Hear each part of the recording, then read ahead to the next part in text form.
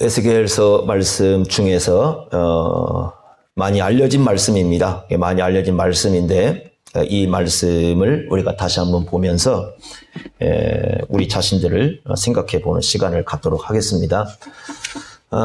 이 말씀은 그 에스겔 선지자가 주전 597년에 바벨론 포로로 끌려와서 전한 그 하나님의 말씀입니다. 그러니까 이 말씀을 받는 대상은 포로 백성입니다. 하지만 포로라는 것은 지금 우리가 살아가는 환경처럼 좋은 환경이 아니라 어쩌면 우리가 지금 생각지 못하는 수많은 고통을 안고 있는 그런 사람들입니다. 그들에게 말씀을 전하는데 이 내용은 크게 둘로 나눌 수가 있는데 하나는 뭐냐면 왜 포로로 끌려왔는가 그랬을 때의 죄 때문이다. 그러니까 죄가 있기 때문에 포로로 끌려왔다. 그래서 가장 심각한 문제는 죄 문제다라는 걸 하나 알려주는 거고요. 또 하나는 뭐냐면 소망을 줍니다. 그러나 소망을 잃지 말아라. 하나님께서 너희들을 비록 포로로 끌고 왔지만 하나님께서 하고자 하는 큰 계획을 가지고 계시다. 그 소망을 잃지 말아라 하는 말씀을 하고 있습니다. 그런 가운데 이제 그 에스겔서에서 중요하게 다루는 게 사람의 마음의 문제입니다. 이 두 가지, 그러니까 죄나 소망에 있어서 중요한 건 뭐냐면 마음이라는 겁니다. 그래서 이 마음의 문제를 다루고 있는데 오늘 이 마음에 대한 내용을 좀 생각을 해 보도록 하겠습니다. 먼저 하나님께서는 그 20절부터 내용을 보면 하나님께서 명예를 회복해야 되겠다. 이렇게 말씀을 합니다. 그러니까 하나님을 섬겨할 백성들이 우상을 숭배했기 때문에 하나님의 명예를 떨어뜨렸다는 거예요. 그러니까 하나님의 이름을, 거룩성을 떨어뜨렸다는 겁니다. 그래서 하나님께서는 이제 명예를 좀 회복해야 되겠다라는 말씀을 하십니다. 그리고 24절을 보시면 이렇게 말씀했습니다. 내가 너희를 여러 나라 가운데서 인도하여 내고, 그러니까 포로에서 돌아오도록 하겠다는 뜻이겠죠. 사방으로 흩어진 그 포로민들을 다시 돌아올 수 있도록 그렇게 하겠다. 그러나 포로로 돌아오는 것은 단지 포로로 돌아오는 것으로 끝나지 않는다라고 말씀을 하는데 25절에 맑은 물을 너희에게 뿌려서 너희로 정결하게 하겠다. 그래서 모든 더러운 것에서 또는 모든 우상 숭배에서 너희를 정결하게 할 것이다. 이 말씀은 이 죄라는 것은 사람을 더럽게 만드는 겁니다. 우상 숭배는 신앙을 더럽힙니다. 수많은 죄들은 우리의 인격을 더럽힙니다. 우리 인간 자신들을 더럽힙니다. 그래서 이런 더러움에서 먼저 씻어주는 일을 하시겠다. 하나님께서 먼저 정결하게 하는 일을 하겠다. 물론 신약으로 오면 이 사건이 예수님과 관계되어 있다는 걸 우리가 알 수가 있습니다. 어떻게 우리의 죄를 씻을 수 있는가? 예수님의 십자가의 보혈로만 씻을 수 있습니다. 어떻게 우리가 죄 용서를 받을 수 있는가? 우리가 어떻게 죄 사함을 받을 수 있는가? 이게 예수님의 십자가로만 가능하다라는 말씀을 하고 있습니다. 고린도전서 6장 9절부터 11절까지 바울은 이런 얘기를 합니다. 그 고린도 교회 신자들을 이렇게 앞에 놓고 이런 얘기를 합니다. 그들이 과거에 어떤 삶을 살았는가를 하나씩 지적을 해줍니다. 너희들이 음행을 행했다, 우상 숭배를 했다, 간음을 했다, 탐색을 했다, 도적질을 했다, 탐욕을 품었다, 술 취했다, 속여 빼앗은 일을 했다, 모욕하는 일을 했다, 이렇게 쫙 얘기를 한단 말이에요. 그럼 이제 그 안에 이렇게 말씀을 듣는 사람의 많은 사람들이 자기의 과거를 생각했을 거예요. 저거 제가 옛날에 살았던 삶인데, 내가 저거 옛날에 저렇게 살았었는데, 그런 생각을 쭉 하고 있을 겁니다. 그 과거의 삶을 기억시키면서 하시는 말씀이, 그런데 어떻게 너희가 과거에 그런 삶을 살았던 사람들이 하나님 나라에 들어오게 되었는가? 이렇게 얘기해요. 너희가 어떻게 그 과거에 그렇게 온갖 악을 다 행했던 너희들이 어떻게 하나님 나라에 들어왔느냐? 그렇게 하면서 이렇게 말씀을 하는 거죠. 예수님 때문이다. 예수님의 피로 말미암아서 예수님께서 그 십자가의 보혈로 우리를 씻어주심으로 너희가 다 하나님의 백성이 되었고 하나님 나라에 들어오게 되었다. 우리도 다 마찬가지죠. 우리도 과거에 생각하면 하나님 앞에 수많은 죄들을 범한 사람들이죠. 그런데 우리가 어떻게 하나님 나라 백성이 되었을까? 예수님의 십자가의 보혈로 그렇게 됐다. 이렇게 생각할 수 있습니다. 자, 그러면서 26절에 중요한 말씀을 합니다. 26절 보시면 이렇게 말씀합니다. 또 새 영을 너희 속에 두고 새 마음을 너희에게 주되. 여기 26절에 새 영, 이 영은 성령을 얘기하는 게 아닙니다. 우리의 영혼, 우리 마음을 얘기하는 겁니다. 그러니까 그 새 마음과 새 영은 어쩌면 같은 내용이라고 우리가 생각하시면 됩니다. 너희에게 새로운 마음을 주겠다. 준다는 건 뭐냐면 선물입니다. 선물이라는 건 뭐냐? 스스로가 만들어내는 게 아니에요. 그러니까 이 마음은 여기서 우리가 알아야 할 게 뭡니다. 여기서 말하는 새 마음은 우리가 만들어내는 게 아니에요. 요건 하나님이 주신 선물입니다. 그러니까 우리가 보통 사람들이 내가 마음 새롭게 먹어야지, 그 마음이 아닙니다. 그 마음을 새 마음이라고 한 것이 아니고 하나님이 우리에게 주셔야 가질 수 있는 마음이 새 마음인데, 그 새 마음을 뭐라고 부르냐면 26절 다시 한번 보세요. 굳은 마음을 제거하고 부드러운 마음을 줄 것이다. 이렇게 말씀합니다. 여기서 이제 새 마음이 뭔가가 답이 나오는 거죠. 이게 부드러운 마음이다. 부드러운 마음이다. 이렇게 말씀을 합니다. 굳은 마음을 제거시키고 부드러운 마음을 너희에게 줄 것이다. 그래서 이 부드러운 마음이 새 마음이다. 이렇게 가르쳐 줍니다. 근데 여기서 이 부드럽다는 말을 세상에서 얘기하는 부드러움으로 이해하시면 안 됩니다. 그러니까 세상에서는 예를 든다면 어떤 사람이 좀 성격이, 그러니까 성질이 좀 부드러운 사람이 있어요. 그럼 저 사람 참 부드러운 사람이야. 이렇게 얘기를 합니다.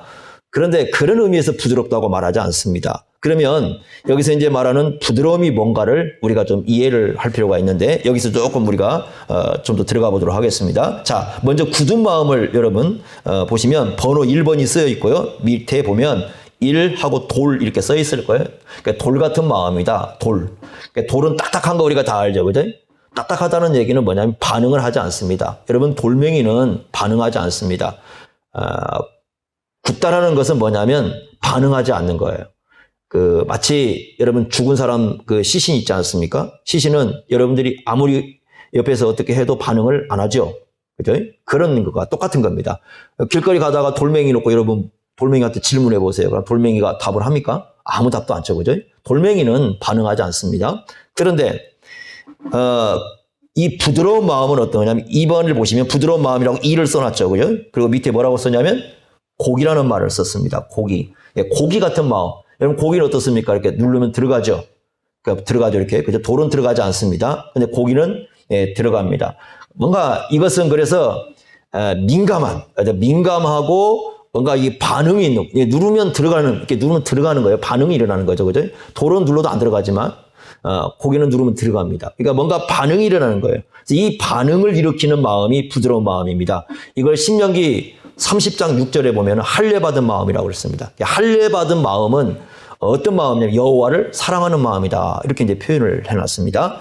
자, 그러면 어떻게 이걸 가질 수 있는가? 이 부드러운 마음을 어떻게 가질 수 있는가? 27절 한번 보십시오. 이렇게 말씀했습니다. 또 내 신을, 여기서 말하는 신은 성령이십니다. 여기 신으로 번역했는데 성령을 의미하는 겁니다. 그래서 그러니까 26절의 새 영은 우리 마음을 얘기하는 거고요. 27절에 내 신은 누굴 얘기하냐면 성령을 얘기하는 겁니다. 성령을 주셔서 너희 속에 두어서, 자, 그러면서 성령이 임하시면, 이 사람이 성령이 임했다. 그 말은 부드러운 마음을 가졌다는 뜻이지 않습니까? 그럼 부드러운 마음을 가지면 어떻게 그걸 알 수 있는가? 그랬을 때 27절에 그 답을 가르쳐 줍니다. 이렇게 말씀했습니다. 내 율례를 행하게 하리니 너희가 내 규례를 지켜 행할지라. 여기 보면 율례, 규례 이런 말씀을 쓰고 있는데, 우리가 이제 구약에서 이것은 이제 그 하나님의 그 율법, 하나님의 말씀에 쓰는 표현이죠. 그러니까 성령이 임하시면 하나님의 율법의 말씀을 지켜 행한다는 겁니다. 그렇다면 부드러운 마음인지 아닌지를 알 수 있는 방법은 뭐냐면 하나님의 말씀이 접촉해 봐야 됩니다. 그 사람에게요. 이럴 수 있어요. 이 사람이 성질 면에서는 굉장히 좋은 사람일 수 있어요. 그런데 하나님의 말씀이 임했는데 전혀 하나님의 말씀이 반응을 일으키지 않아요. 그러면 굳은 마음일까요? 부드러운 마음일까요? 굳은 마음입니다. 그러니까 이것은 그냥 우리가 일반 세상으로 생각하시면 안 되는 거예요. 하나님의 말씀이 접촉해봐야 알 수 있어요. 그리고 이 하나님의 말씀이 딱 접촉했는데 그 말씀이 자신의 마음속에 들어오게 되고 이 말씀대로 살아가려고 하는 마음도 생기고 하나님 말씀대로 살아가는 삶도 있게 된다면 이 사람은 어떤 마음을 가진 사람입니까? 부드러운 마음을 가진 사람이고, 이 부드러운 마음을 가진 사람이야말로 누가 임하신 사람이에요? 성령이 임하신, 성령이 임한 사람이에요. 그리고 또 하나 특징이 있습니다. 부드러운 마음을 갖게 되면 어떻게 되는지 한번 보겠습니다. 자, 31절 한번 보세요. 31절 끝부분에 이렇게 말씀했으니까 그때 너희가 너희 악한 길과 너희 좋지 못한 행위를 기억하고, 이건 하나님을 떠난 행위들이죠. 악한 길, 좋지 못한 행위를 기억하고 너희 모든 죄악과 가증한 일로 말미암아 스스로를 어떻게 볼 것이다? 믿게 볼 거다. 미워요, 자기가. 왜 밉느냐? 역겨운 일을 하고, 가증한 일이라고 하고 있는데 가증한 일을 자꾸 하는 거야. 내가 자꾸 죄악된 일을 하고 내가 가증한 일을 하는 거야. 그러니까 내가 스스로를 그게 미운 거야. 자기 자신을요. 그죠? 이건 현대 사람들과 많이 다르죠. 현대인들은 자꾸 자기를 긍정해달라, 자기를 좋게 봐달라고 하는데 그게 아니라 오히려 자기를 어떻게 본다고요? 믿게 본다는 거예요. 그러니까 성령이 임하시면 두 가지 특징이 나와요. 하나는 뭐냐면 하나님의 말씀에 대해서 민감한 반응을 하는 거고, 두 번째 특징은 뭐냐면 자기 죄가 어떻다고요? 미워요. 역겹다라는 말은 마치 뭐와 같은 거냐면 여러분 길거리에 가잖아요. 길거리에 가면 뭐 좋은 얘기 아닌데 술 드시고 나면 이 토해놓은 거 있잖아요. 그거 보면 어때요? 오, 배고픈 게 좋은 밥이에요. 뭐 줍니까? 아니죠? 그거 보는 순간 어떻습니까, 우리 다? 뭐 지금 술 먹고 뭐 하는 짓이야? 이게 우리가 막 이게 속에서부터 막 벌써 이렇게 뭐가 우리 자신들이 그렇죠, 그죠? 이게 역겨운 거예요, 이게. 그러니까 죄악에 대해서, 우리가 이제 이럴 수는 있어요. 가끔 뭐 우리가 뭐 그냥 죄를 지을 수는 있어요. 그럼에도 불구하고 죄악에 대해서 우리가 가지는 태도는 뭐냐면 그거 어때요? 싫어요. 역겨운 거예요. 그것을 좋아할 사람은 없어요. 마찬가지로 하나님 백성이라면 그 마음에 성령이 임하신다면 성령은 거룩하신 분이니까 이 죄를 좋아할 수가 없어요. 그게 우리 마음 속에 있게 된다는 거예요. 가장 기본적으로 이 마음이 우리 속에 있게 된다. 그래서 부드러운 마음의 특징은 두 가지입니다. 하나는 하나님의 말씀에 대해서 어떻게 하고요? 민감한 반응을 하는 거고, 두 번째는 뭐예요? 우리에게 가지고 있는 죄악을 역겹게 보는, 좀 믿게 보는, 싫어하는 그런 경향이 이 속에 형성이 된다. 이렇게 얘기를 해 줍니다. 자, 그래서 이제 여러분 딱 우리가 이 내용을 봐도 이 마음이라는 것을 굉장히 중요하게 생각하고 있는 것을 알 수가 있습니다. 그래서 지금부터 이제 우리 마음으로 한번 들어가 보도록 하겠습니다. 성경은 사람을 얘기할 때 영혼과 몸이 이렇게 구성되어 있다, 이렇게 얘기를 합니다. 뭐 어떤 경우에는 이제 어떤 사람들은 우리가 뭐 세 가지로 구성되어 있다, 영과 혼과 육으로 구성되어 있다, 이렇게 얘기하지만 성경은 그렇게 가르치지 않습니다. 이것은 히브리인들이 가르치는 것과 좀 다른 특성을 갖고 있어요. 옛날에 우리나라 사람들은 영혼을 얘기할 때 혼백이라는 말을 씁니다. 혼백 들어보셨죠? 혼과 백이 있다. 그래서 우리가 이제 가끔 제가 이제 한 번씩 쓰는 표현이 좋은 표현은 아닙니다. 그래서 제가 이제 성경적인 욕 하나하고 그 다음에 제가 만들어낸 좋지 않는 얘기를 가끔 쓸 때가 있습니다. 공적으로 모인 자리는 잘 안 쓰고요. 이제 친한 사람 앞에서만 한 번씩 이제 그렇게 쓰는 표현인데, 하나가 뭐냐면 성경적인 욕은 뭐겠어요? 성경적인 욕은 썩을 놈. 고린도전서 15장에 보면 인간은 다 썩는다고 그랬잖아요. 썩을 놈. 그러니까 이건 다 썩을 놈. 잘 이해하셔야 됩니다. 썩을 놈. 그러니까 썩을 몸이라, 썩을 사람. 우리 다, 장차 다 그럴 사람들. 요거 하나 하고요. 두 번째는 뭐냐면, 제 아내가 저한테 아마 가장 많이 들은 얘기예요. 넋 빠졌네. 그래서, 저거 넋 빠진 놈이네. 이렇게 가끔 제가 씁니다.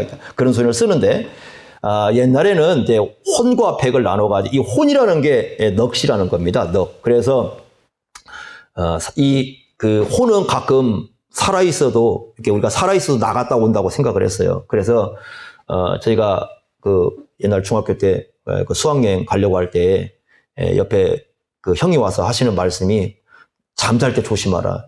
왜 그러냐 그랬더니, 잠잘 때 누가 와서 얼굴에다가 낙서를 해놓을 것이다. 그러면 너 잠잘 때 혼이 나가가지고, 넋이 나가가지고, 돌아올 때 네 얼굴 못 알아보고 못 돌아오면 못 일어난다. 그러니까 그거 조심하라. 진짜 그런 줄 알았어요. 민간신앙이지만. 근데, 전혀 뭐 상관이 없는 얘기인데, 이제 그렇게 얘기를 했어요. 그래서 사람이 죽으면, 이 혼과 백이 있어가지고, 이 혼이라는 것은, 넋이라는 것은, 사람이 이렇게 위패를 써놓으면 그 위패에 들어온다고 생각을 했어요. 그래서 위패를 이렇게 쓰는 겁니다. 그리고 나서 이 위패에 있다가 이게 하늘로 간다고 생각을 했고요. 백이라는 것은, 이 몸과 함께 땅으로 가가지고 묘지 속에 들어가서 흩어진다고 생각을 했습니다. 그래서 혼백 이렇게 얘기한 겁니다. 우리 조상들이 그렇게 얘기한 겁니다. 그래서 사람을 이렇게 두 가지를 얘기한 거죠. 이제 그런 영향도 있습니다. 그런 영향도 있다 보니까 사람들이 혼과 영 뭐 이렇게 나눠 이걸 자꾸 연관을 시키려고 합니다. 그리고 영은 하나님과의 관계예요. 혼은 뭐 이 동물적인 것이요. 뭐 이렇게 비교도 하고 이렇게 하는데 그렇지 않아요. 성경은 그렇게 안 가르칩니다. 성경은 분석을 하지 않아요. 여러분들이 이 서양 사람들은 자꾸 뭔가를 이렇게 나누려고 하거든요. 이 동양 사람들은 나누려고 하는 게 아니라 종합을 시키려고 합니다. 그러니까 성경은 자꾸 나누려고 하는 게 아니라 종합을 시키려고 해요. 그래서 성경은 어떻게 얘기하냐면 사람은 그냥 간단하게 영혼과 몸이 있다 이렇게 얘기를 합니다. 그런데 이 영혼, 우리가 가지고 있는 영혼 눈에 보이지 않죠, 여러분. 그죠? 분명히 눈에 보이지 않습니다. 그러나 영혼이 있다는 걸 언제 아냐면 죽음의 현장에서는 압니다. 분명히 우리가 죽음의 현장에서는 이 사람이 전혀 움직일 수 없잖아요. 몸을 가지고 있지만, 그죠? 그 몸을 가지고 있지만 움직일 수 없는 것은 영혼이 있기 때문인 걸 분명히 압니다. 그런데 그 영혼이라는 것의 그 중심 기관. 그러니까 우리가, 여러분, 우리 내부의 세계는 이건 과학으로 판단할 수가 없어요. 아무리 과학자들이 과학을 연구하고 아무리 과학자들이 정밀하게 모든 걸 다 파악해도 우리 영혼을 파악할 수가 없어요. 그 사람들이 결국 파악하는 건 뇌가 몇 그램짜리고 이런 것이지 우리 영혼이라는 것을 파악할 수는 없습니다. 그런데 성경을 통해서 우리 영혼에 들어가 볼 때 영혼에 보면 이 영혼의 중심 기관을 뭐라고 부르냐면 그것을 마음이라고 합니다. 영혼이 있고 이 영혼을 움직이는 중심 기관을 마음이라고 부릅니다. 그래서 루이스 볼코프라는 유명한 조직신학자는 그래서 이 마음을 뭐라고 불렀냐면 영혼의 작업실 이렇게 부릅니다. 영혼의 작업실. 그리고 영혼은 중심으로는 이 마음이 있고요. 그 다음에 이 마음이 어떻게 움직이느냐에 따라서 우리의 이 몸도 말도 이게 달라집니다. 왜냐하면 중심 기관에서 어떻게 하냐에 따라 달라지는 거니까. 그래서 이 중심 기관이 굉장히 중요한 건데 마음이면. 그래서 여러분 우리가 이 마음에 대해서 잘 알고 있는 성경 구절이 잠언 4장 23절인데 거기에 뭐라고 했습니까? 무릇 지킬 만한 것 중에 더욱 내 마음을 지켜라. 왜? 생명의 근원이 이에서 남이니라 이렇게 말씀했죠. 그래서 마음이 얼마나 중요한가를 다뤄주고 있습니다. 이 잠언에서는 특히 마음의 문제를 많이 다룹니다. 잠언에서는. 자, 보통 인간의 마음에 요소가 우리가 이제 보통 생각할 때 요소가 있습니다. 세 요소가 있다고 얘기를 합니다. 이것은 보통 이제 우리가 생각하는 이 요소의 내용인데, 근데 성경을 훨씬 더 이게 이제 풍성하게 가르쳐 주는데, 보통 이제 우리가 딱 나눠서는 이렇게 얘기하는데, 어떻게 얘기하냐면 지, 정, 의 이렇게 얘기하죠. 그죠? 그래서 지라는 것을 우리가 잘 알듯이 이 지성 또는 뭔가를 분별하고 뭔가를 이해를 하고 때로는 자기 자신을 성찰하고 이런 건 지적인 기능이죠. 정이라는 것은 이제 우리 이 가슴에서 올라오는 거죠. 그죠? 그래서 감정, 그리고 열정이 막 솟아난다고 그러죠. 애정, 다른 사람에 대한 배려, 이런 것을 우리가 이제 정적인 부분으로 얘기를 합니다. 의라는 것은 어떤 내가 뭔가를 결정합니다. 딱 결정해서 내가 이거 해야 되겠다. 아니면 이것과 이거 있을 때 뭔가를 내가 선택을 해야 될 것. 아니면 내가 어떤 실천을 해야 되겠다. 내가 뭔가를 위해서 노력을 해야 되겠다. 이런 모든 것을 이루어지는 그 관계를 우리가 의라는 말을 씁니다. 그래서 우리 인간은 그래서 지, 정, 의. 아주 굉장히 좋은 어떤 그런 분석이에요. 그런데 성경은 마음에서 이루어진 것을 훨씬 더 많은 얘기를 합니다. 예를 든다면, 자, 이런 마음에서 이루어지는 것, 우리가 한번 간단히 생각하면 기억을 하죠. 그죠? 우리의 마음 속에서 기억이라는 작용이 이루어집니다. 또 생각을 합니다. 우리는 날마다 생각하며 삽니다. 그 생각하는 기능이 우리 마음에서 이루어지고 있습니다. 또 우리는 선택을 합니다. 내가 이것을 해야 될지 이것을 해야 할지 우리 마음에서 선택을 합니다. 내가 뭔가를 결심을 합니다. 그래, 내가 이번에 꼭 이거 해야 되겠다라고 결심할 때도 마음에서 이루어집니다. 방향 조정합니다. 내가 이리로 가야 될지 이리로 가야 할지 방향도 결정을 합니다. 성품도 마음과 결정이 있어요. 예수님께서 나는 마음이 온유하고 겸손한, 이 성품도 마음과 연관이 있습니다. 또 마음은 이 상상의 공간이기도 해요. 그래서 우리가 막 머릿속에서 뭔가, 몸은 가만히 누워있어도 머릿속에서 뭔가를 막 상상해내죠. 그죠? 이 상상의 공간이기도 합니다. 이 마음이라는 것은. 지혜와 지식이 있고요. 성경에 보면 이 잠언에서 이제 많은 걸 가르쳐 줍니다. 예를 들면 사람을 속이는 것도 마음에서부터 이루어진다는 거예요. 누군가를 속입니다. 이건 마음에서부터 시작이 됩니다. 또 근심, 잠언 12장 25절 같은 데 보면은 근심의 공간이기도 해요. 근심이 어디서 이루어지냐? 마음속에서부터 온갖 근심이 다 이루어집니다. 마음 상한다고 그러잖아요. 상하는 것도 마음속에서 이루어집니다. 이 마음에서 강렬하게 뭔가를 소원하기도 합니다. 내가 이것을 하고 싶다. 잠언 13장 19절에 보면 마음에서 소원이 일어난다고 합니다. 고통을 느끼는 것도 마음입니다. 슬픔을 느끼는 것도 마음입니다. 즐거움을 느끼는 것도 마음입니다. 아마 마음에 대해서 가장 많이 우리가 잠언에서 익숙하게 알고 있는 것은 계획한다는 겁니다. 잠언 16장 1절이라든가 아마 16장 9절 같은 데 보면 마음의 계획이라는 말을 쓰고 있습니다. 그래서 마음에서 이루어진 것 중에 하나가 뭐냐면 계획하는 거예요. 내가 삶을 계획합니다. 오늘 내가 어떻게 살아야지? 내가 한 주간 어떻게 살아야지? 내가 오늘 어떻게 해야 되지? 이 마음에서 수많은 어떤 그런 그 계획을 짭니다. 거만함도 마음에서부터 이루어진다고 나옵니다. 교만과 거만은 패망의 선봉이죠. 하나님께서 우상숭배를 미워하시는데 그것보다 더 미워하는 것 중에 하나가 뭐냐면 교만입니다. 얼마나 미워하시는지 몰라요. 여러분 그 이사야를 보면 이사야나 아니면 이 구약을 보면 이렇게 말씀합니다. 하나님 백성은 예수 믿는 사람들은 하나님을 섬기는 사람들은 우상숭배 때문에 망하고요. 안 믿는 사람들은 교만 때문에 망합니다. 멸망시킬 때. 그러니까 참 무서운 겁니다. 그래 두 개의 이 죄악은 참 무서운 건데 그게 이루어지는 게 마음이에요. 또 마음에 뭐가 있냐? 살이 내 마음속에 누구를 죽이고 싶어하는 마음이 어디서 일어나요? 마음에서 일어납니다. 예? 내가 누군가를 막 사모하는 사람이 생겼어요. 어디서 일어나는 것도 마음입니다. 예수님께서는 용서도 어디서부터 하라고 그래? 마음에서부터 하래요. 마태복음 18장 35절 마음에서부터 하라. 재밌는 건 마태복음 13장 19절에 하나님의 말씀이 뿌려지는 장소도 어디예요? 마음이에요. 이 마음이라는 것은 그래서 정말 많은 것이 이루어져요. 이 마음에서 이루어지는 게 엄청납니다. 우리 속에서. 네? 그렇죠? 근데 예수님께서는 마음에 대해서 이렇게 가르쳐 줍니다. 마태복음 15장 18절부터 20절까지 보면 이렇게 말씀했습니다. 입에서 나오는 것. 그러니까 입으로부터 들어가는 게 사람을 더럽게 하는 게 아니라 입에서 나오는 게 사람을 더럽게 하는데 그 입에서 나오는 건 다 어디서 나오는 건 마음에서 나온다는 거예요. 이 마음에서. 그래서 마음에서 나오는 건데 마음에서 나오는 게 뭐냐? 그랬을 때 악한 생각, 살인, 간음, 음란, 도둑질, 거짓 증언, 비방 이게 사람을 더럽게 하는 거다. 그러니까 들어가는 음식이 사람을 더럽게 하는 게 아니라 이 마음이라는 것이 오히려 사람을 더럽게 만드는 것이다. 이렇게 말씀을 합니다. 그렇다면 여기 우리가 좀 생각할 게 뭐냐면 보세요. 예수님께서 마음에서 나온 게 악한 생각이라고 그랬어요. 자, 생각은 어디에서 이루어지는 겁니까? 마음에서 이루어지는 거죠. 그러면 성경은 여러분 좀 조심스럽긴 하지만 성경은 이런 겁니다. 이런 요소들이 우리에게 있고 이 요소를 지배하는 게 뭔가가 또 있다는 거예요. 밑바탕에. 자, 여러분 생각이 있습니다. 그러면 생각을 지배하는 뭔가 바탕이 다른 게 하나가 있어요. 우리가 감정을 갖고 있어요. 그 감정을 지배하는 뭔가가 또 있어요. 마음속에. 우리가 뭔가 의지를 갖고 있는데 그 의지를 지배하는 뭔가가 우리 바탕 속에 또 하나 있다는 겁니다. 그러니까 마음이라는 건 여러 가지 요소가 있는데 그 여러 요소를 움직이는 뭔가 그 마음의 바탕 속에 있는 게 또 하나가 있다는 거예요. 그게 성경에서 우리에게 보여주는 겁니다. 그것이 바로 뭐냐? 에스겔서에서 그걸 뭐라고 얘기해? 굳은 마음과 부드러운 마음이에요. 이게 굉장히 중요한 겁니다. 굳은 마음과 부드러운 마음, 요 두 가지가 굉장히 중요하다는 거예요. 요게 우리가 이루어지고 있는 그 마음, 그러니까 우리가 마음에서 수많은 것들이 이루어지는데 이 이루어지는 것들 맨 밑바닥 바탕에 이게 있어가지고 이걸 우리를 움직이는 거예요.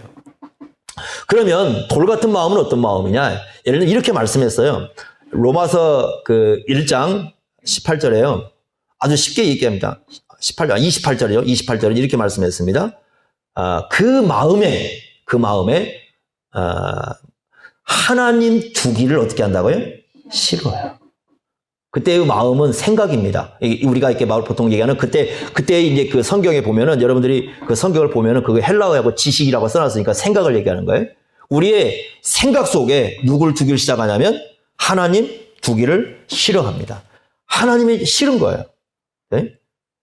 하나님이 싫은 사람이 여러분 한번 생각해 보세요. 내가 누군가를 싫어하는 사람이 있어요.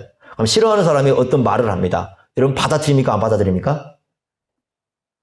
내가 싫어하는 사람이 있는데 그 사람이 말을 하면 어때요? 받아들이기 싫죠? 제가 굉장히 싫어하는 사람이 있거든요. 연예인 중에. 그 사람 나오면 TV 돌려버립니다.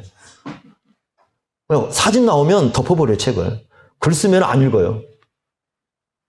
지금도 싫어요. 왜 싫으느냐? 너무 가정관이 안 맞아. 저하고. 그러니까 너무 안 맞아요. 본인이 막 전도사라고 하기도 하고 뭐 신학도 했다고 하는데 뭐라고 하냐면 자기 아내를 옆에 두고 막 다른 여인을 갖다가 그 막 머릿속에 상상해 두고 그래도 괜찮다는 거야. 이런 얘기를 해요. 이 사람 정신 제정신인가? 그 생각이 들어가지고 아예 이 사람 얘기는 노래도 싫어요. 노래가 싫은데 그분이 부르는 유명한 노래가 있어요. 거기를 한 번씩 가기는 옛날에 가거든요. 가면은 되도록이면 그분 기억을 안 하려고 합니다. 우리는 누군가가 싫으면 얘기 안 들어요. 그죠? 생각해보시죠. 그러면 하나님이 싫으면 어때요? 하나님이 싫은 사람들이 하나님 말씀 듣겠어요? 안 듣겠어요? 안 듣죠. 하나님 하자도 나오면 에이 재수없다 이런 식으로 생각합니다. 그러니까 이 사람들은 근본적으로 하나님 말씀을 받아들이질 않아요. 그게 이 마음의 이 기본 속에 밑에 그러니까 예를 들면 생각 아래에 이렇게 깔려 있습니다. 그죠? 그걸 우리는 뭐라고 부르냐면 부패라고 부패. 부패. 이걸 예레미야 17장 9절에 이 말씀을 쓰고 있죠. 인간의 마음은 부패했는데 이 얼마나 부패했는가 사람이 감히 알 수가 없다라는 거예요. 이 마음의 깊이 속에 이 부패함이 있습니다. 그리고 돌 같은 게 있어요. 그럼 이 사람은 어떠냐? 부패한 마음의 특징은 하나님을 싫어한다고 그랬죠. 근데 시편에서는 시편의 세 구절에서 이 말씀을 하고 있는데 시편 14편 1절과 시편 53편 1절하고요. 시편 4절에 뭐라고 되어 있냐면 하나님이 없다라고 해요. 그러니까 의도적으로 부인하는 거예요. 하나님이 없다고 해서 없는 게 아니라 의도적으로 부인하는 거예요. 그럼 이 사람은 어떻게 되냐면 모든 자기의 다시 말하면 이 마음에서 일어나는 모든 요소 속에서 누구를 제외시키려고 그래요? 하나님을 제외시키는 거예요. 내가 뭔가를 할 때 하나님 제외시켜. 뭔 계획을 짭니다. 내가 뭔 계획을 짤 때 하나님은 내 마음에 없어요. 만약에 이런 겁니다. 내 마음에 근심을 해. 내 마음에 근심을 해도요. 하나님을 섬기는 사람은 근심이 있을 수 있어요. 그렇지만 근심하면서도 하나님을 생각해요. 그래도 이게 하나님께 맡겨. 이런 마음을 갖는데 안 믿는 사람들, 이 아예 돌 같은 마음은 하나님을 배제시켜버려요. 근심을 하면서도. 차라리 내가 죽어버리고 말지. 내가 하나님 내가 뭐하러 찾아. 이렇게 돼버리는 거죠. 그 마음 자체에서 아예 하나님을 배제시켜버려요. 그리고 누군가가 하나님 얘기하면 싫어해요. 그거. 이게 그 마음속에 가장 밑바닥에 깔려있어요. 이게 모든 걸 지배해. 내가 어떤 인생을 계획합니다. 하나님 배제시킵니다. 여러분 야고보서에 그게 나오거든요. 야고보서에 보면 어떤 사람이 계획을 짜잖아요. 내가 어디를 가서 1년 동안 장사해서 내가 얼마나 벌이라 이렇게 하잖아요. 그죠? 그런데 누구를 거기서 배제시켜버렸어요? 하나님 다 배제시켰어요. 그러니까 그걸 뭐라고 부르냐면 그게 악이다. 그게 악이다. 자기 인생의 계획 속에서 하나님을 제외시키는 게 악인 거예요. 본인은 그걸 악하다고 생각하지 않죠. 모든 사람이 그렇게 살아가니까. 내가 어디 가서 몇 년 동안 내가 어떻게 해서 내가 집도 사고 뭣도 하고 본인이 이렇게 생각을 해요. 근데 그걸 악하다고 생각 안 씁니다. 다들 그냥 그걸 당연하지 이렇게 생각하는데 거기에 누가 배제가 되면 하나님이 배제가 되면 하나님 보실 때는 그걸 뭐라고 부른다고요? 악이라고 부르는 거예요. 모든 것에서 하나님을 배제시켜요. 이게 돌 같은 마음이에요. 그러니까 그게 가장 이 밑바탕에 이 부패함이 이렇게 깔려있기 때문에 이 돌 같은 마음이 이렇게 있기 때문에 이게 중심이 돼가지고 우리가 아까 일어난 마음의 모든 작용, 내가 뭔가를 소원한다거나 뭔가를 계획한다거나 뭔가를 생각한다거나 이 모든 부분에서 하나님을 제외시키는 그런 마음을 갖고 살아간다는 거예요. 그게 어떤 마음이라면 바로 돌 같은 마음을 가진 사람들. 굳은 마음. 다른 말로 하면 그걸 뭐라고 부르냐면 완고함이라고 불러요. 완고함. 그러니까 그 굳은 마음의 특징이 뭐냐면 완고한 거예요. 그런데 부드러운 마음을 갖게 되면 어떻게 해요? 이 부드러운 마음은요. 이거 예수 안 믿는 사람은 없어요. 이 마음. 예수 믿는 사람이 가지는 마음이야. 왜 그러냐면 아까 뭐라고 그랬습니까? 이걸 하나님이 주신 뭐라고 그랬어요? 선물이라고 그랬잖아요. 그러니까 이거 예수 믿는 사람만 가질 수 있는 마음이에요. 이걸 하나님 섬기지 않는 사람은 도무지 가질 수 없는 마음이에요. 내가 새 마음 품어야지 그렇다고 가지는 게 아니에요. 이 마음은 굉장히 중요합니다. 그러니까 이 마음을 어떻게 갖느냐? 어떻게 아느냐? 하나님 말씀과 이렇게 접촉을 해야 됩니다. 그래서 여러분 성경의 중심은 누굽니까? 성경의 중심은 누구예요? 예수님이시죠. 맞죠? 그죠? 그러면 우리 마음이 하나님 말씀을 이렇게 받아들이게 되면 성경의 중심이 예수님이니까 우리가 누굴 갖다가 생각하게 되냐면 예수를 생각하게 되죠. 그렇지 않습니까? 그래서 여러분 이렇게 말씀하죠. 빌립보서 2장 5절 기억하시죠? 너희 안에 누구의 마음을 품어라? 그리스도의 마음을 품어라. 그리스도의 마음이 우리 안에 이 형성이 되는 겁니다. 그 다음에 마태복음 11장 29절에 예수님께서 이렇게 말씀했습니다. 나는 마음이 온유하고 겸손하니. 자, 그래서 이렇게 되는 거죠.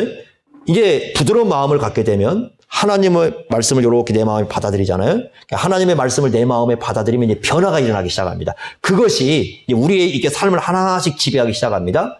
어느 순간에 우리 마음에 뭐가 이렇게 드러나기 시작하냐면 예수님의 마음이 이렇게 딱 우리 안에 형성이 되는 건데 이건 세상에서 가질 수 있는 마음이 아니에요. 여러분 세상 사람들도 이렇게 합니다. 겸손해야 돼 그러죠? 우리도 겸손해야지 이렇게 얘기하죠. 근데 우리가 말하는 겸손은 세상 사람들이 말하는 겸손과 달라요. 그러니까 그들이 가질 수 있는 겸손을 얘기하는 게 아니라 우리가 말하는 겸손은 누구의 마음이에요? 예수의 마음이에요. 그건요 세상 사람들은 겸손할 수 있지만 예수 마음 없어요. 예수 마음이 없는 걸 겸손하다고 하지 않아요. 성경에서는. 예수님의 마음이 겸손한 거예요. 생각이 달라집니다. 여러분 소요리문답 1문답 기억하시죠? 소요리문답 1문답에 이렇게 묻습니다. 사람의 제일 되는 목적이 무엇인가? 이거 잘 보십시오. 질문을. 제가 이거 늘 주지시키는데 사람의 제일 되는 목적이 무엇입니까? 여기 보면 사람이 가장 먼저 나오죠? 그 다음에 목적을 물어보죠? 이게 굉장히 중요한 게 뭡니다? 이런 겁니다. 사람의 사람다움. 우리가 사람이라는 거, 우리가 사람답게 산다는 거 뭐냐면 받는 거예요. 다시 말하면 사람다운 사람은 목적을 갖고 살아가는 거예요. 사람이 아닌 존재는 목적을 생각하지 않습니다.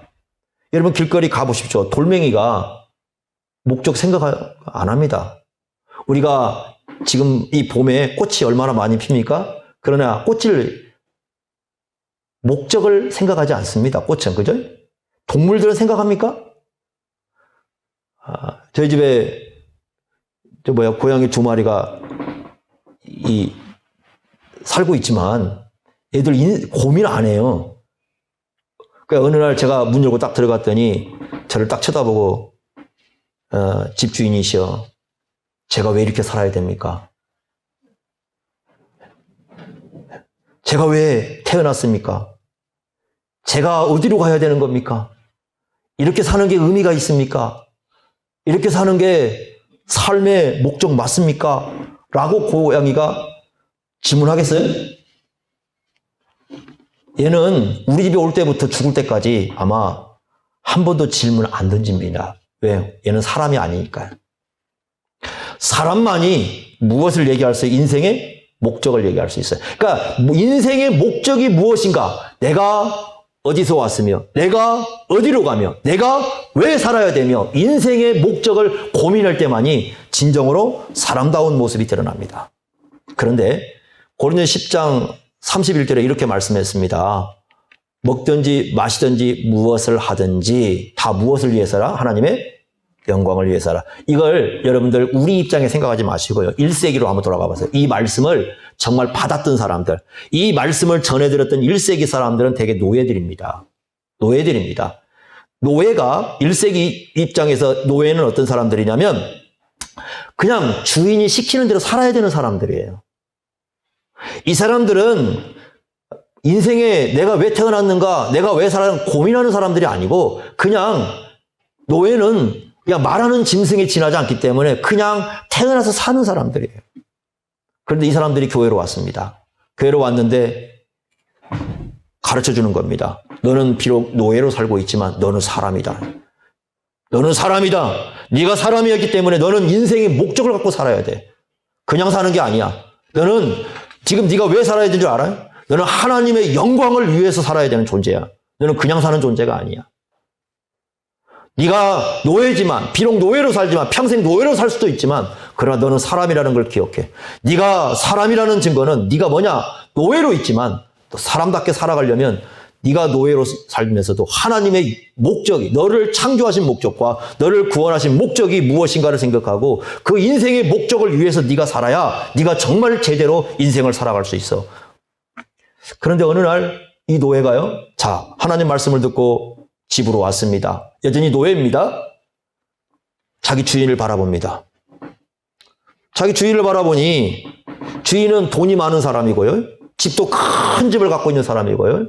그렇습니다. 그런데 보니까 날마다 먹고 마시는 거예요. 사는 것이. 삶을 바라보니까 먹고 마시고 사는데 내용을 보니까 왜 사는지 인생의 목적이 없어요. 노예는 하나님으로부터 하나님의 영광을 위하여 산다는 위대한 목적을 받았는데 이 주인은 하나님도 모르고 세상에서 그냥 사는 대로 살면서 세상 사람들이 좋아하는 대로 먹고 마시고 그렇게 사는 거예요. 이게 여러분 고린도서 15장 32절에 나와 있습니다. 고린도서 15장 32절에 보면 이 사람들이 뭐라고 하냐면 이렇게 얘기합니다. 내일 죽을 터이니 오늘 먹고 마시자. 내일이 없어요. 오늘 사는 거예요. 오늘밖에 없어요. 방탕하게 사는 거예요. 오늘 그냥 내가 부자니까 흥청 먹고 마시고 이렇게 살자. 자, 노예가 바라봅니다. 겉을 볼 때는 이 사람은 자유인이고요. 많이 가졌고요. 사회적 지위가 있고요. 떵떵거리고 삽니다. 이쪽에서는 가진 게 없습니다. 노예입니다. 평생 그렇게 살아갈 수 있습니다. 그런데 이 노예가 자기 주인을 바라봤을 때 볼 수 없는 게 뭐냐면 사람다움이 없는 거예요. 사람다움. 다시 말하면 하나님께서 그 사람을 창조하신 인생의 목적이라는 걸 갖고 있지 않고 살아가는 거예요. 사람다움이 없는 거예요. 그러니까 어떻게 되느냐? 주인은 노예를 부려먹지만 노예는 주인을 불쌍히 여기는 겁니다. 저게 먹고 마시는 게 저렇게 날마다 매일매일 저렇게 하는 게 저게 무슨 의미가 있다고 저렇게 하고 살아가나. 그러니까 사람을 바라보는 관점이 달라지는 거예요. 이게요. 이게 어떻게 가능하냐? 마음에 부드러운 마음이 생기니까 그 부드러운 마음 속에 하나님의 말씀이 들어오는 거고 그 하나님의 말씀이 들어오니까 하나님의 말씀과 예수님을 통해서 인생의 진정한 목적을 깨닫게 돼요. 그리고 그 하나님의 영광이라는 것이 이제 어떻게 되느냐? 나의 생각, 나의 마음, 나의 모든 걸 결정하게 됩니다. 이걸 움직이기 시작하는 거예요. 그래서 이제 내가 생각을 해도 그래, 내가 이제는 하나님의 영광을 위해 살아야지. 내가 어떤 마음을 품어도 그래, 이건 하나님의 영광이 안 돼. 여러분 세상 살면서 뒤통수 치는 사람들 많잖아요. 그죠? 한번 해제끼고 싶잖아요. 고함도 치고 싸움도 하고 싶고 뭐 저런 것들이 있어 하고 싶잖아요. 그죠? 그런데 어느 순간에 예수님의 마음이 우리 마음을 지배하게 되면 그 예수님 마음 때문에 그걸 다 내려놓는 겁니다. 다 내려놓는 거예요. 달라지는 겁니다. 예수님의 그 마음이 우리의 모든 걸 이제 움직이기 시작하는 거예요. 내 마음, 우리 마음도 움직이고, 우리 마음 속에 있는 감정도, 우리 마음 속에 있는 의지도, 우리의 생각도 이 예수님의 마음이 점점 이렇게 모든 걸 움직이기 시작하는 거예요. 그 바로 바탕에 있는 게 부드러운 마음이라는 거예요. 부드러운 마음. 여러분, 여기서 우리에게 주어진 과제가 있습니다. 그래서 우리가 자꾸 해야 되는 게 뭐냐? 예수 믿는 사람들이 해야 할 일이 있습니다. 예수님을 배워가야 돼. 부드러운 마음은 선물이에요. 근데 그 부드러운 마음이 우리의 생각과 우리의 모든 걸 이게 움직이려면 어떻게 해야 되느냐? 여러분이나 저나 성경을 열심히 배우면서 그 성경을 통해서 예수님을 자꾸 배워가야 돼. 그리고 이제 어떻게 해야 되느냐? 그 예수님이 생각하는 거, 예수님의 생각이 우리의 생각이 되고요. 예수님이 사람을 바라보는 관점이 우리의 관점이 되고, 예수님의 인격이 우리의 인격이 되고, 예수님의 말하는 방식이 우리 말하는 방식이 되고, 예수님이 살아가는 방식이 우리의 삶의 방식이 되고, 이 예수님이 우리의 모든 걸 움직이는 것이 되는 거예요. 그럴 때요, 우리 속에서 예수님의 향기가 나오는 거예요. 그러니까 근본적인 문제는 결국 뭐냐? 이 마음이라는 겁니다. 이 마음에 부드러운 마음이 없다면, 그 사람은 예수님의 모습을 전혀 드러낼 수 없는 삶을 살아갈 것이고, 그 마음 속에 부드러운 마음이 있다면 이 사람은 일생을 통해서 이제는 인생의 진정한 목적도 깨닫고 예수님의 마음도 갖고 모든 삶을 새롭게 시작한다는 거예요. 그래서 어떻게 한다는 겁니까? 하나님께서 바로 그 새로운 마음, 부드러운 마음을 선물로 주시겠다는 거예요. 여러분, 예수님의 십자가로 말미암아 주신 것은 바로 그 마음이에요. 예수님의 십자가로 주신 거, 이 부드러운 마음을 우리에게 주신 거예요.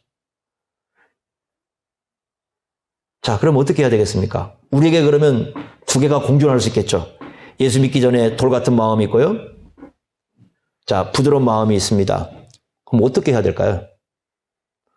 부드러운 마음은 점점 커져가고요. 요거 돌 같은 마음은 점점 없애가야 되겠죠? 그럼 우리 마음속에 어떻게 이걸 갖다가 조절하냐? 간단합니다. 여러분, 이 두 마리가 있는데 두 마리 짐승이 있습니다. 어느 것이 잘 자랄까요? 네? 두 마리 동물 똑같이 있어요. 어느 놈이 잘 자라요? 잘 먹는 놈이죠. 안 그래요? 그 쉬운 걸 갖다가 어렵게 생각하시네. 잘 먹는 놈이잖아요. 결국 우리의 부드러운 마음이 점점 우리의 삶을 이렇게 지배를 해서 우리를 이렇게 다스려가는 방법은 뭐냐면 거기에 맞는 걸 잘 먹어주는 거예요. 그죠? 그러니까 하나님의 말씀과 예수님의 마음을 자꾸 우리 마음속에 먹어주는 거예요. 그러면 이게 자라납니다. 그러면 어느 순간에 이 완고하고 돌 같은 마음은 우리의 삶의 저 바닥으로 밀려나는 겁니다. 그게 바로 하나님께서 원하시는 거예요. 그게 평생 우리가 해야 할 작업입니다. 기억하십시오, 여러분. 부드러운 마음이 있다면 키우셔야 됩니다. 그 마음이 자꾸 자라날 수 있도록 하셔야 돼요. 그래서 그 마음이 우리의 이 마음의 요소인 모든 걸 지배할 수 있도록 우리가 해야 됩니다. 이것이 에스겔서에서 얘기해주는 우리의 중요한 과제입니다. 여러분들 그렇게 해서요, 정말 예수님의 생각과 예수님의 마음, 예수님의 삶의 방식을 가지고 이 세상을 살아가는 하나님 백성으로서 모습을 잘 드러낼 수 있기를 바랍니다. 기도하겠습니다.